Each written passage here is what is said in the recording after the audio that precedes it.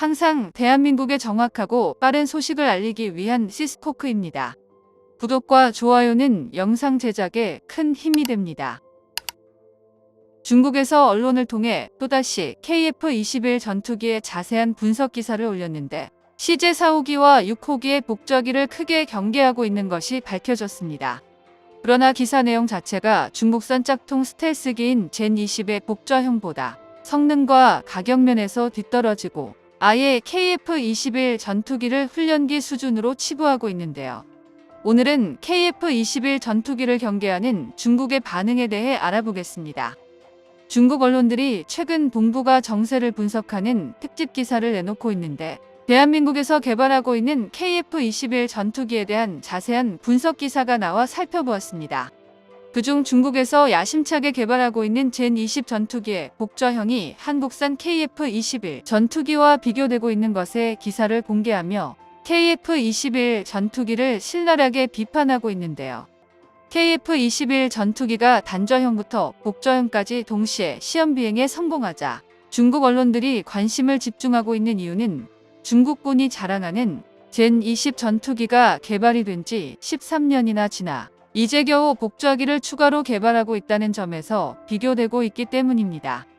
그도 그러게 KF-21 전투기가 미국에서 개발된 F-22 랩터나 F-35처럼 본격적인 5세대 전투기는 아니지만 내부 무장창을 장착하고 안테나를 매립하면 바로 스텔스 전투기로 개량될 수 있도록 설계되었기에 전 세계에서 단저형만 있는 스텔스 전투기 시장에 복저형이 비행했다는 점은 중국으로선 충격을 받았는데요. 미래 항공전력의 핵심으로 등장하게 될 전투기에서 복저형의 개발이 중요한 이유는 미국을 통해 알 수 있습니다. 미국은 1980년대부터 미래 공중전을 지배할 기종으로 극비리에 개발된 스텔스 폭격기 기술을 활용해 본격적인 공중우세 전력으로 F-22 랩터를 설계했습니다. 이후 F-35 전투기를 개발해 비로소 전투편제를 완성하면서 세계 항공시장에 압도적인 전력차를 달성했는데요. 그러나 문제는 복저형을 개발하지 않고 단저형으로만 완성했다는 겁니다. F-22를 개발할 당시만 하더라도 미래전에서 확보할 인공지능과 우수한 항공전자 시스템 분석 시스템과 생존 시스템을 통합해 단저형으로만 설계해도 모두를 압도할 수 있기에 복저형까지도 불필요했는데요.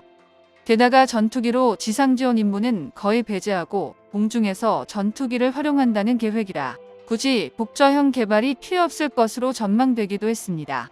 F-35를 개발하기 시작한 2000년대 초반까지도 이런 지속된 설계의 사상으로 20년이 지난 현재까지 F-35가 3가지 종류로 양산되고 있지만 복저형 개발에는 도전하지 못하고 있는데요. 하지만 현대전에 들어서면서 지상지원 임무가 부각되고 다양한 유도폭탄과 대한미사일, 초음속 탄도미사일, 공중에서 운용하는 유도무기 체계가 많아지면서 조종사 한 명으로는 표적을 확보하기 위한 복잡한 임무 수행이 어려워진다는 문제점이 드러났습니다.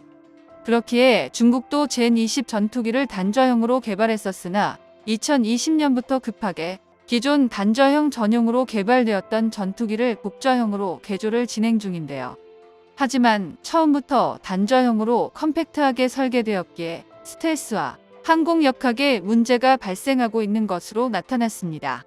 우리가 개발한 KF-21 전투기는 애초에 초기 설계 단계에서부터 복저형을 염두에 두고 전투기 조정석이 설계되었기 때문에 복저형으로 구성하더라도 전투기의 무게 중심점이 변해 항공 역학적으로 비행시 저항을 많이 받거나 공력으로 인한 표면이 상승하는 부위가 바뀌는 일이 발생하지 않으며 이로 인해 전투기 내구성에도 문제가 없도록 설계되었는데요.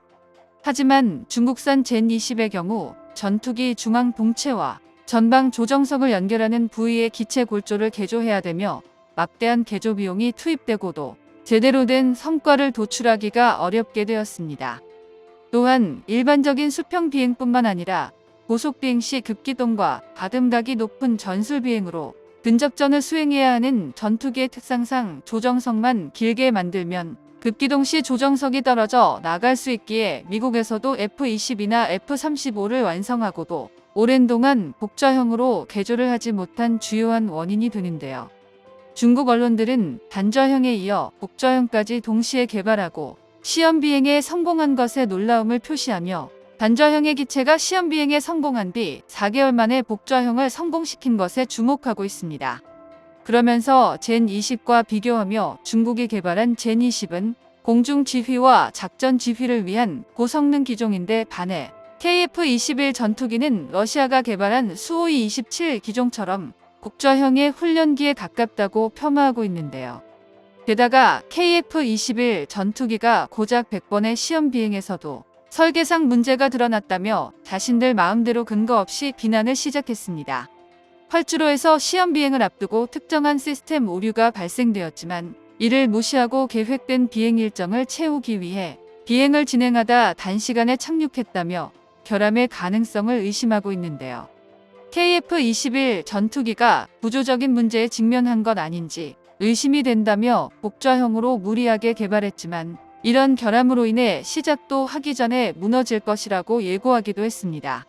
젠20 전투기가 복저형으로 개량하는데 10년 이상의 시간이 걸렸다는 점을 언급하며 한국이 진행하고 있는 KF-21 전투기는 무리하게 개발을 진행하고 있으며 이 때문에 많은 오류가 발생했지만 빨리 개발해야 한다는 압박감으로 인해 현장에서 다양한 오류를 무시하고 있다고 보도했는데요.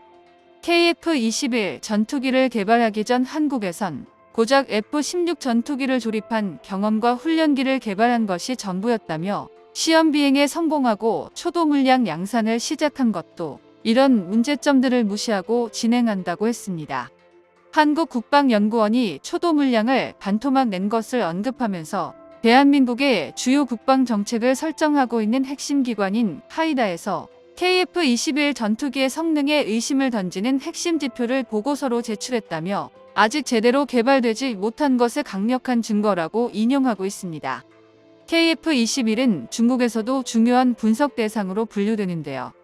중국 군사 전문가들이 정밀하게 분석한 보고서를 인용해 작동되는 기능이 거의 없는 불안정한 기체이며 랜딩 기어와 날개 시험 비행 시 보여준 비행 자세와 특성 등을 분석해보면 대한민국은 깡통 전투기를 개발했다고 보도했습니다. 정치적인 이유로 7년 만에 전투기를 완성한 것이며 항공산업의 기반이 없는 대한민국이 미국의 지원이 없이도 완성했다는 것 자체가 말이 안 되며 껍데기만 전투기 형상일 확률이 높다는 주장인데요. KF-21 전투기가 복저기로도 개발하고 있지만 젠20 전투기와는 비교가 불가능하다고 정신승리를 하고 있습니다. 중국 언론은 검증되지 않은 자국 전문가들이 한국을 비난하기 위해서 어거지로 주장하는 것을 근거로 들며 KF-21이 경계 대상이지만 결국 중국이 뛰어나다는 걸 강조하고 있는데요. KF-21은 중국의 주장과 달리 단저기나 복저기까지 모두 비행 성공했으며 극한의 환경에서의 테스트를 시작했고 양산까지 순조롭게 진행되고 있습니다.